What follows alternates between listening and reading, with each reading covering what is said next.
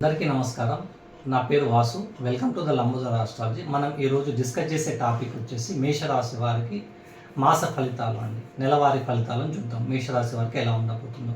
జాతక చక్రంలో చంద్రుడు మేషంలో ఉన్న వారిని మేషరాశిగా తీసుకుంటాం. అశ్విని 4 పాదాలు, భరణి 4 పాదాలు, కృత్తిక 1వ పాదం మేషరాశి కింద వస్తుంది. సో ఈ మాసం మొత్తం వీరి మనసు అనేది ఎక్కడ కేంద్రీకృతం అవుతుంది, ఆలోచనలు మనసు అనేది ఎక్కడ కేంద్రీకృతం అవుతుందో చూద్దాం. ఇలా ఫోకస్ అనేది ఎక్కడ ఉంటుందో. వీరి ఆలోచనలు అన్నీ లాంగ్ డిస్టెన్స్ ట్రావెల్స్, దూర ప్రయాణాలు మరియు టెంపుల్ విజిట్స్, దైవ దర్శనాల కోసం, మరియు ఇంకా ఏంటంటే వీరికి హాస్పిటలైజేషన్ అనమాట. అంటే హాస్పిటల్ బిల్స్, హెల్త్ చెకప్ చేయించుకోవాలని, హెల్త్లో సమ్ సిమ్టమ్స్ కనిపించడము, హెల్త్ ఇష్యూస్, అలాంటి వాటి మీద బెడ్ కంఫర్ట్స్ ఒకటి, వాటి కోసం ఖర్చు చేయడము, వాటి కోసం దాని మీద. అండ్ నెక్స్ట్ వచ్చేసి సీక్రెట్ ఎనిమీస్, ఎక్స్పెండిచర్, ఖర్చులు, ఎక్స్పెన్సెస్, ఖర్చు ఎలా పెట్టాలి, సమ్ టైమ్స్ కొన్నిసార్లు ఖర్చు పెట్టాలన్న అనిపిస్తుంది కొన్ని వాటి గురించి. ఆ ధోరణిలో వీళ్ళ ఫోకస్ అంతా వాటి మీద ఉంటుంది.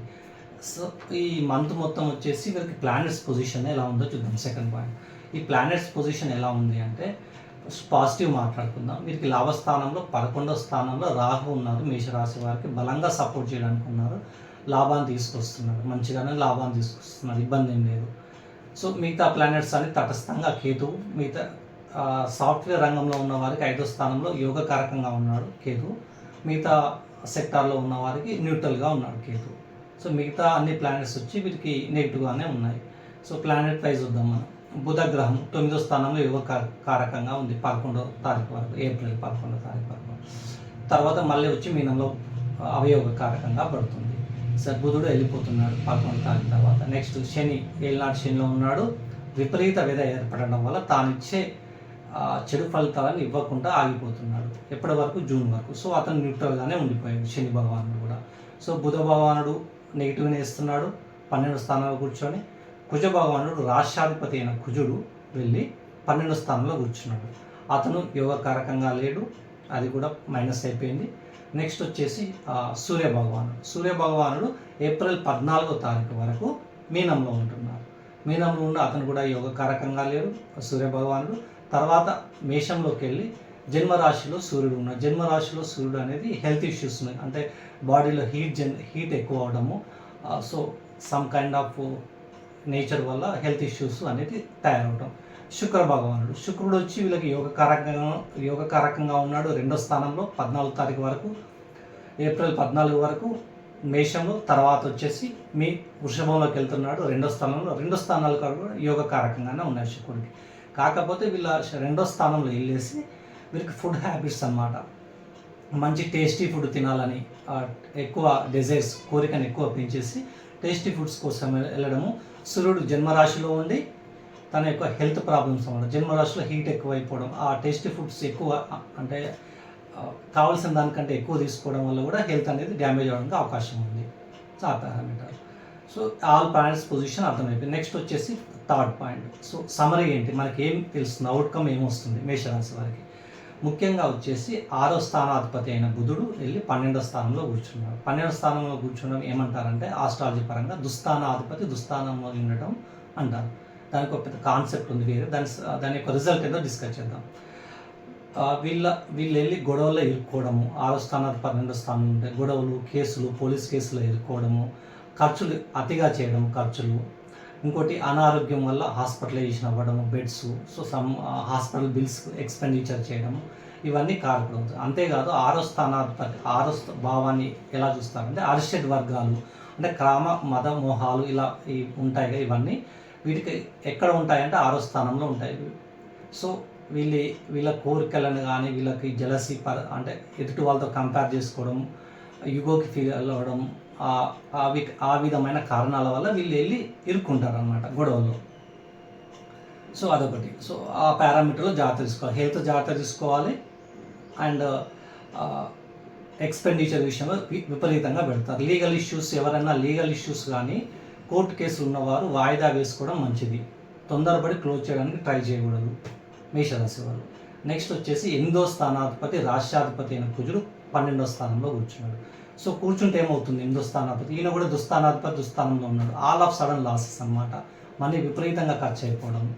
సో రాష్ట్రాధిపతి కూడా ఇన్వాల్వ్ అయ్యాడు కాబట్టి వీళ్ళ హెల్త్ ప్రాబ్లమ్స్ అనేది రావడానికి ఛాన్సెస్ ఎక్కువగా చూపిస్తున్నది ఈ 40 డేస్. సో హెల్త్ కేర్ అనేది ఏ చిన్న ప్రాబ్లం వచ్చినా వెంటనే హాస్పిటల్కి వెళ్ళి చెకప్ చేయించుకొని క్యూర్ చేసుకోవడం మంచిది. ఇంకా పోస్ట్పోన్ చేసుకోవడం అంత మంచిది కాదు.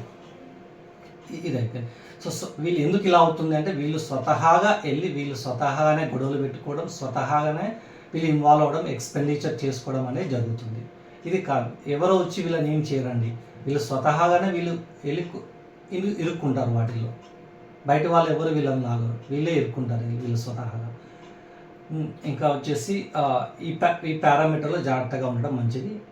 నెక్స్ట్ వచ్చేసి ప్లానెట్స్ యొక్క కంజంక్షన్ అనమాట. గ్రహాల కలయిక ఉంది, దాని ప్రభావం ఎలా ఉంటుంది. గ్రహాల కలయిక మీనరాశిలో 14వ తారీఖు వరకు 4 గ్రహాలు కలిసి ఉంటాయండి.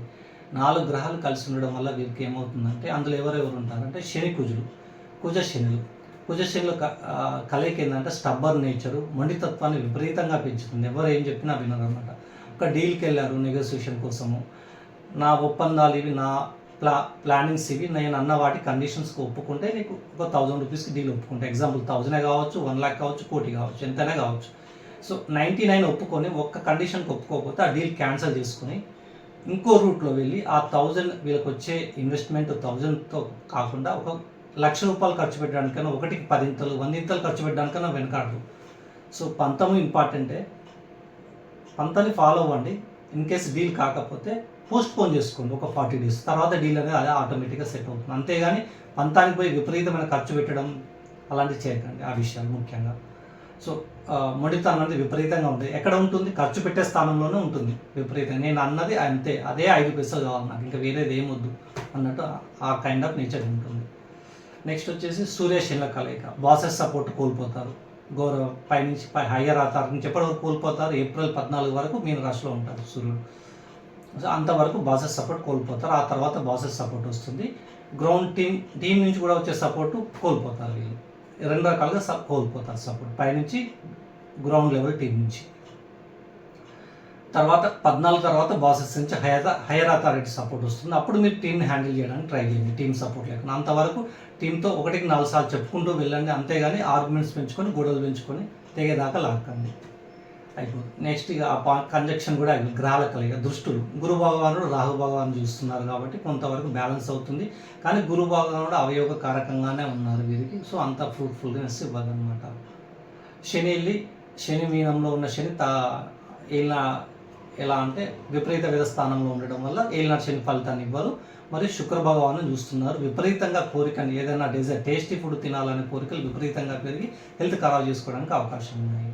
సో వీళ్ళు పడాల్సిన జాగ్రత్తలు కూడా ఈ పారామీటర్లో ఉంటాయి. రెమెడీస్ పార్ట్కి వస్తే మనము వీరికి ఎలా ఉంటుందంటే శ్రీ దక్షిణామూర్తిని గురు భగవాను అనుగ్రహం కోసం మీరు నుదుటన గంధంతో కూడిన గంధం బొట్టును పెట్టుకోవాలి. బొట్టు అనేది గంధం బొట్టుని నుదుటన పెట్టుకోవాలన్నమాట, అదొకటి. ఇంకా వచ్చేసి గురు భగవానుడు మెయిన్గా వచ్చేసి అయిపోయిన తర్వాత కుజుడు కూడా రాష్ట్రాధిపతి కూడా అంత అనుకూలంగా లేదు వీరికి. సో ఆ పారామీటర్లో కూడా కుజ భగవాను కూడా జపం చేసుకోవడం మంచిది. ముఖ్యంగా ఇంకో పారామీటర్లు వచ్చి సూర్యభగవానుడు 12వ స్థానంలో వీరికి యోగకారకంగా లేరు. సో యోగకారకంగా లేకపోతే ఎలా ఉంటుందంటే సూర్యభగవానునికి ప్రతిరోజు ఫ్రెష్ అప్ అయ్యాక సూర్య నమస్కారం చేసుకోవడం. సూర్యుని 12 నామాలు ఉంటాయి, 12 నామాలుతో సూర్యభగవానికి నమస్కారం చేసుకోవడం. వీరి హెల్త్ అనేది ప్రొటెక్షన్ అవుతుంది చాలా వరకు. అదొకటి అండి. గురు భగవానికి చెప్పాను, సూర్య భగవానికి చెప్పాను. ఈ రెమెడీస్ వీళ్ళు ఫాలో అవ్వండి. మెయిన్గా వచ్చేసి ఏంటంటే మౌనంగా ఉన్నంత ఉత్తమం ఏమీ లేదు వీరికి. సైలెంట్గా ఉండడమే అన్ని ప్రాబ్లమ్స్కి సొల్యూషన్. కొంతకాలం 40 డేస్ వరకు ఉపయోగపడితే థింగ్స్ అనేవి ఆటోమేటిక్గా గో ఆన్ అవుతాయి అన్నమాట. తొందరపడి వీళ్ళు ఇన్వాల్వ్ అయ్యి టెంప్లెట్కి వెళ్ళి ఆవేశానికి వెళ్ళి ఇన్వాల్వ్ అయ్యారా ఇష్యూ అనేది పెరిగిపోతుంది. స్వతహాగా ప్రాబ్లమ్స్ కొని తెచ్చుకునే వాళ్ళు అవుతారు. అంతే. థ్యాంక్ యూ అండి. అందరూ ఛానల్కి సబ్స్క్రైబ్ చేయండి, లైక్ చేయండి, మీ కామెంట్స్ తెలియజేయండి.